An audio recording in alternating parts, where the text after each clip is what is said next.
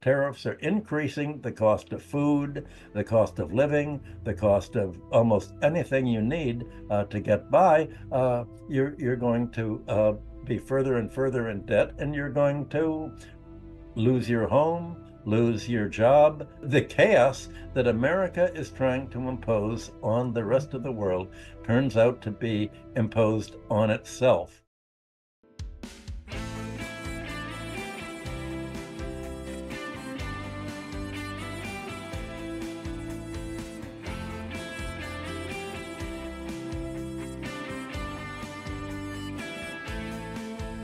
Most calculations show that the cost of living for the average consumer will go up anywhere from $3,000 to $7,000 a year. The 50% of American consumers, meaning wage earners, have no savings at all. They're breaking even by going further and further into debt every month. They just let the credit card balances mount up and mount up and mount up. Their arrears in the credit cards. They're not keeping up with their automobile loans. Automobile loans are in arrears. Homeowners are not able to pay the mortgages on their homes, and so they're falling into arrears and risking foreclosure at some point. And if you don't own a home, and in America, home ownership has been falling since 2008 with when Obama did the bank bailout and the junk mortgage banks won. The home ownership has been falling, and that means that the homes that the 10% of American homes were lost by homeowners and bought by private capital investors. In other words, big firms like Blackstone that has been buying up real estate, and that leaves much more there's much less real estate for sale for people who actually want to buy homes. And so rents are going up very, very rapidly here. So the American consumers are being squeezed, their living standards are going down, and the imposition of tariffs is going to raise all of this because so many consumer goods, for instance, from Walmart, were imported from China. And the long-term effect, and long-term can be 1 year, is that China exported to the United States many products that are a key part of the production cycle. In other words, to make a car, you need a lot of different things, including a battery or some other component, and you can have the whole car made with the tires and the chassis and the engine. But if you don't have one part that's coming from China, then you can't finish the car and sell it off. Same thing with airplanes, same things with other products. So there's going to be a disruption of the supply chain here. And already companies are laying off the labor force because they say, well, the American consumers have rushed in the last week to buy everything Chinese that they could. They've been buying cell phones to get the cell phones from Apple, the iPhones, before the tariff kicks in. They've been buying almost everything Chinese, so that the stocks are depleted now. And so the companies are saying, okay, we're not going to be able to continue production for a while. They've been laying off labor. So unemployment is going up.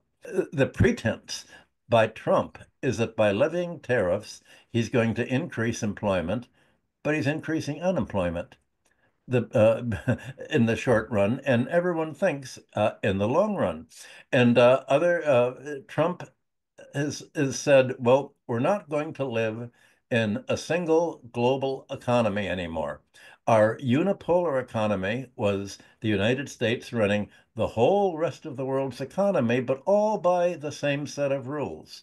And these rules were set in 1945 at the end of World War II, and they were designed to favor the United States over the British Empire, the French Empire, and other countries, and they were designed to make other countries dependent on the United States. I describe all of that in my book, Superimperialism, which is a history of how this imperialist policy began. Well, Trump now says, well, at that time, 1945, America wanted free trade because we were the most productive country in the world, not only for industry, but especially for agriculture, with our farms because of the protectionist policies that Franklin Roosevelt imposed in the 30s,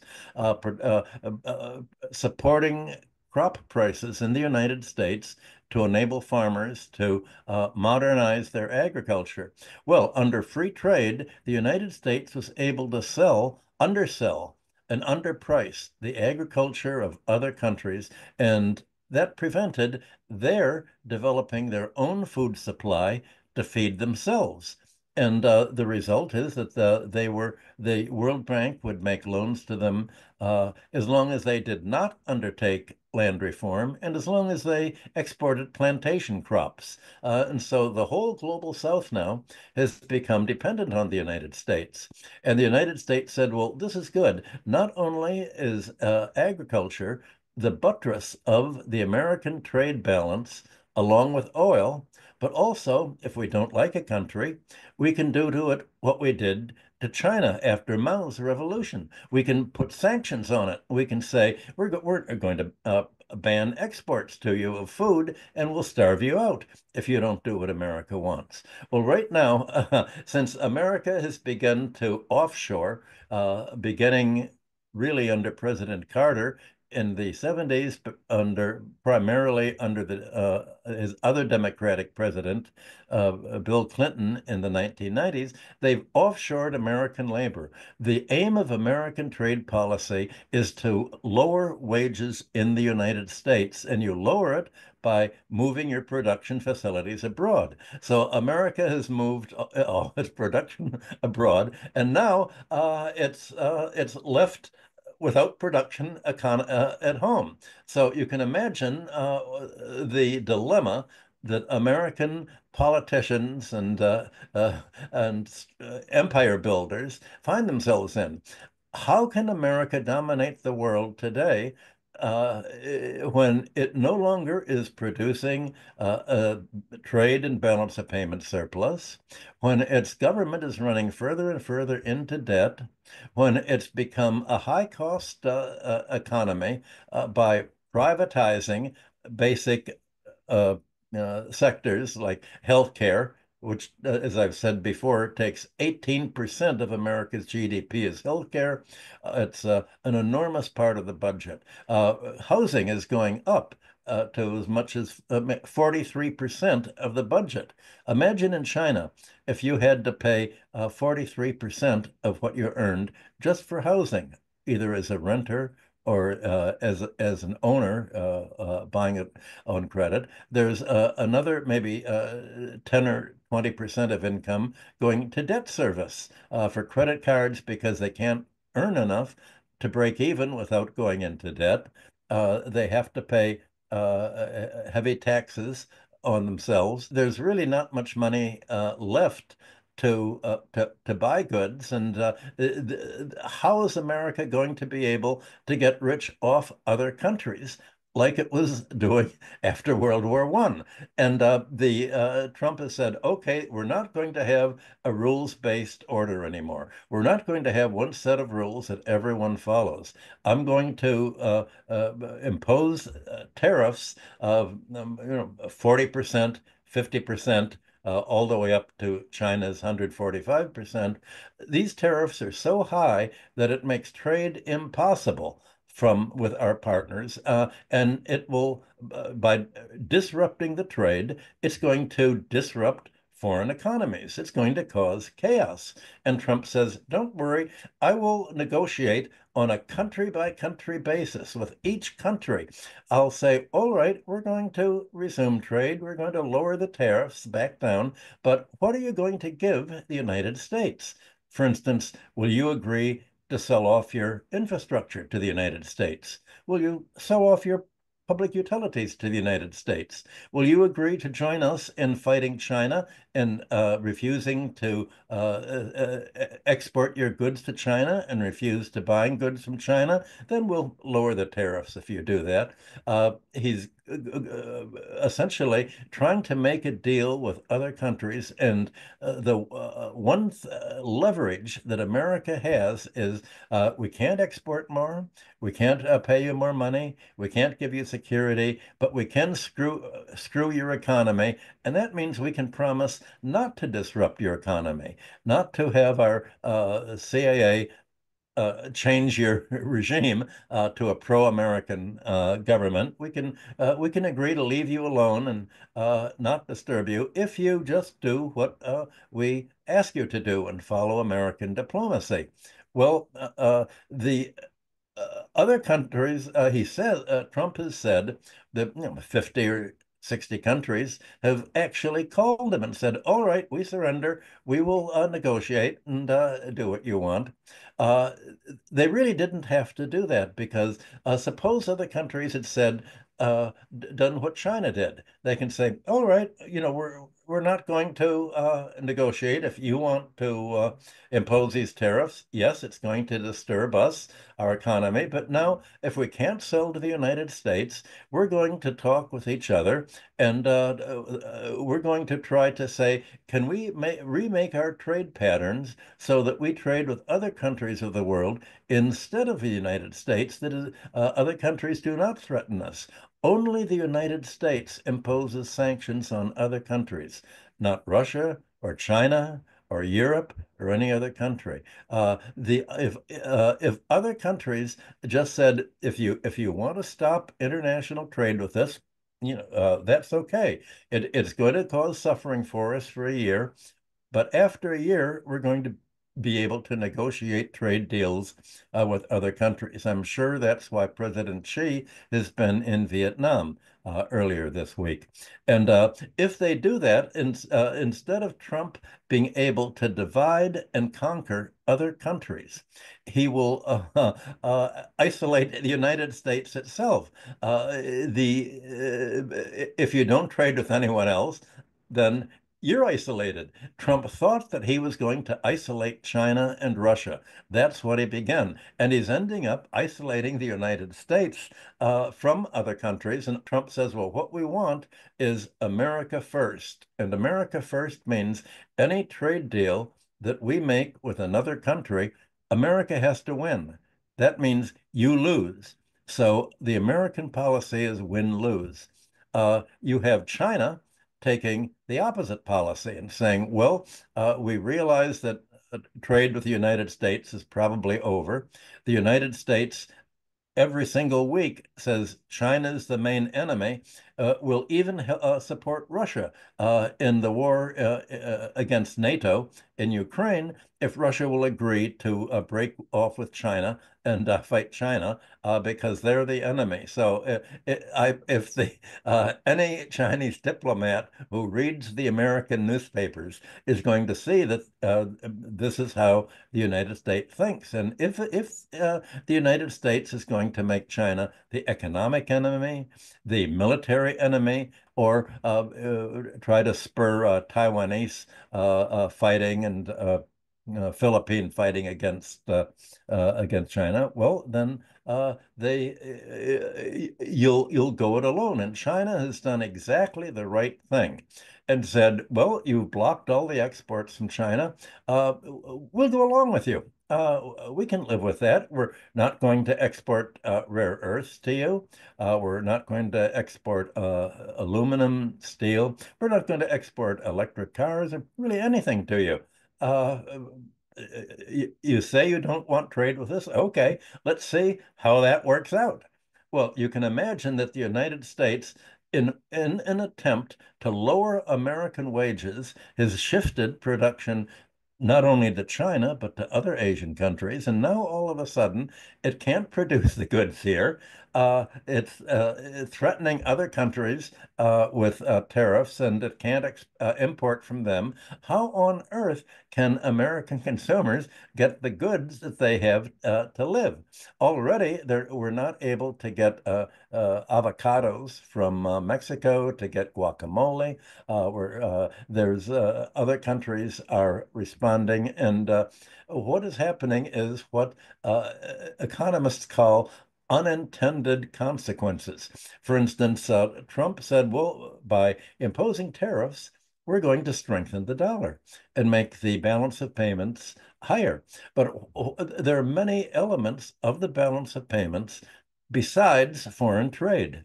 For instance, tourism is a big element.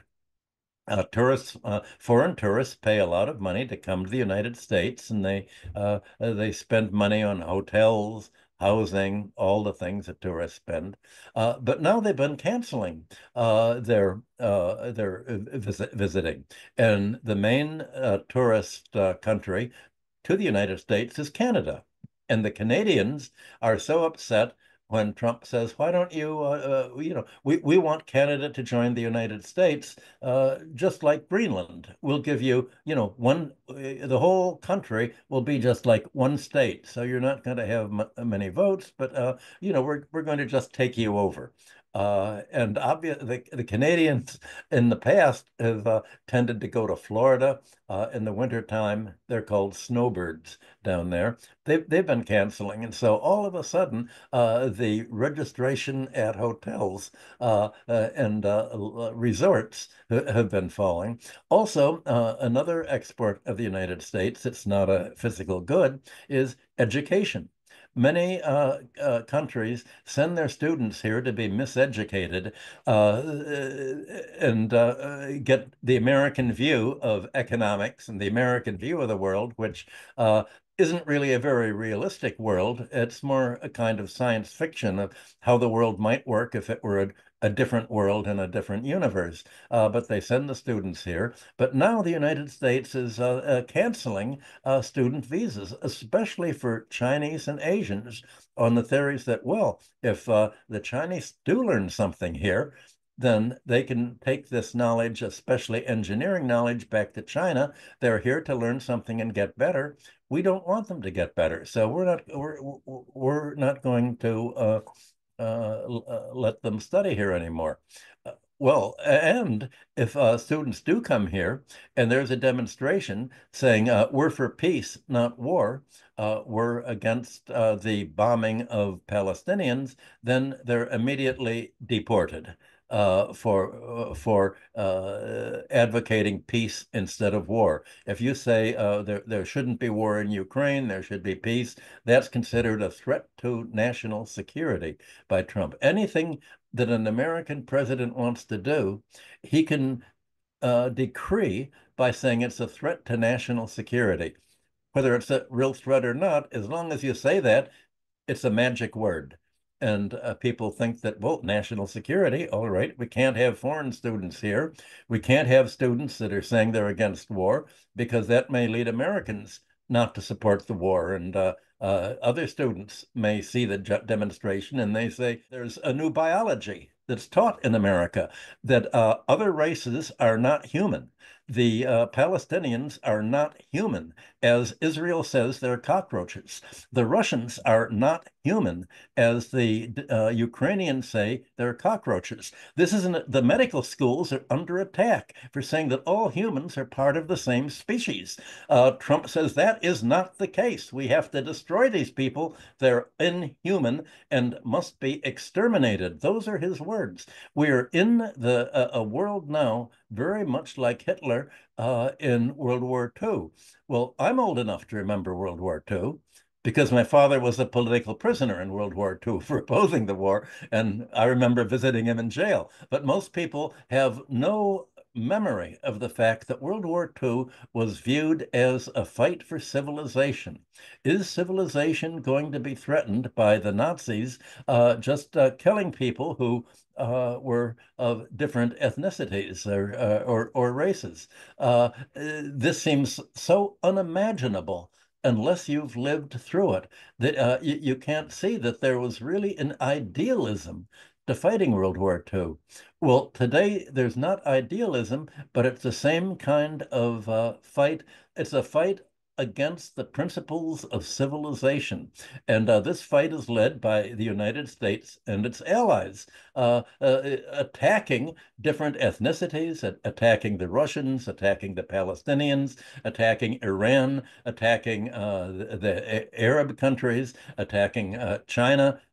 It's a declaration of war against the whole rest of the world. And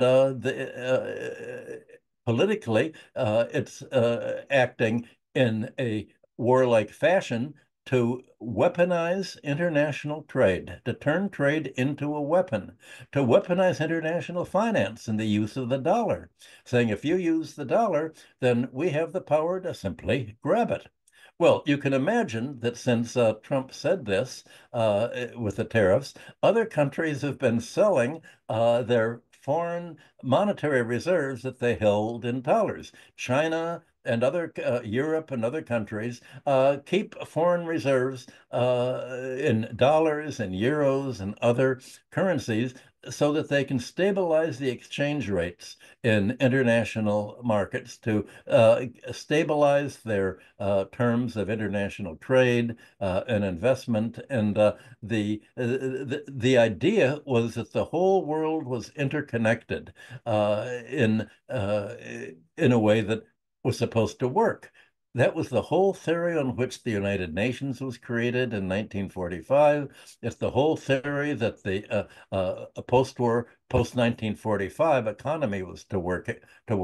But the United States has said it's a new world now. It's not that way. So other countries are selling the dollar now. And the question is, what is China going to do? Other countries are selling the dollar and they're buying gold. And the question is, if a European country or a global South country or China sells the dollar, then that will mean its currency will go up and the dollar will go down. The question is, as other countries sell off the dollar so that the United States can't do to China what it did to Russia and say, we're going to simply grab your foreign exchange reserves because we're at war, and that's people do in war. They grab the assets of other countries.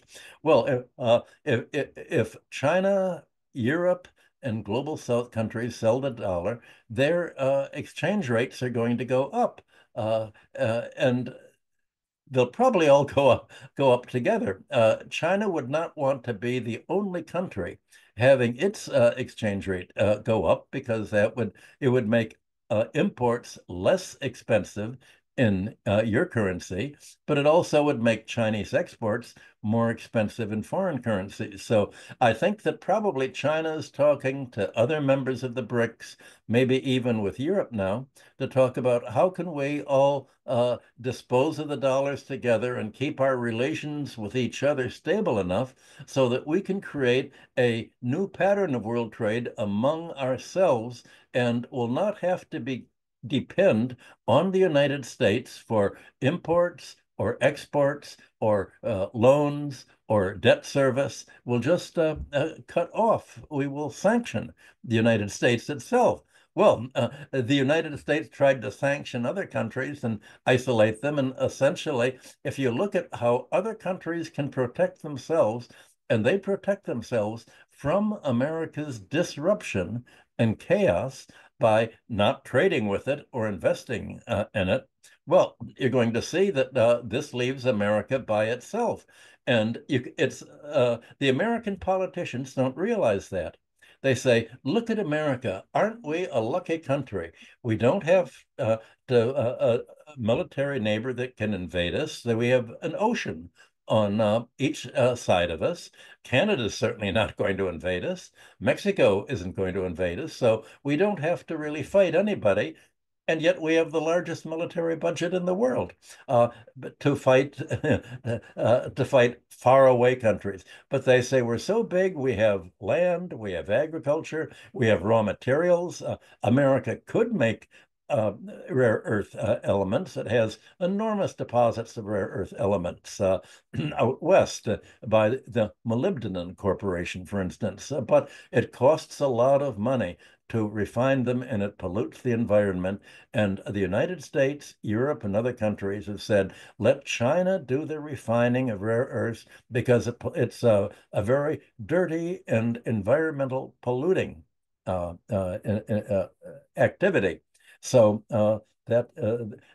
yes, America could be independent, but it would take 10 years to put in place the refining process. America could become independent in many industrial goods that it's not importing anymore, but it takes 5 years to make a factory here. This is not like China, where you can make a factory in a week or a month. Very quickly. You have to get planning permission.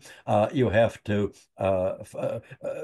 buy enough property to have a space. You have to find labor, and there's not labor that is trained to work in the sophisticated factories that are needed if you're really going to reindustrialize. So if America is left alone, it's not able to function. That's what the American strategists do not realize, that the Americans are dependent on the rest of the world to give it a free lunch.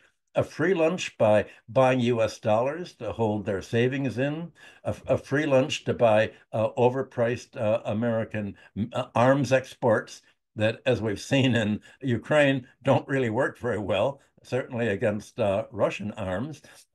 There's a whole fictitious view of what the world, how the world operates, and that's what politics is all about. It's about a narrative. How do you create a narrative that makes it appear as if the America is the strongest economy in the world, where the tariffs that Trump has imposed has made America now the weakest and most dependent economy on in the rest of the world?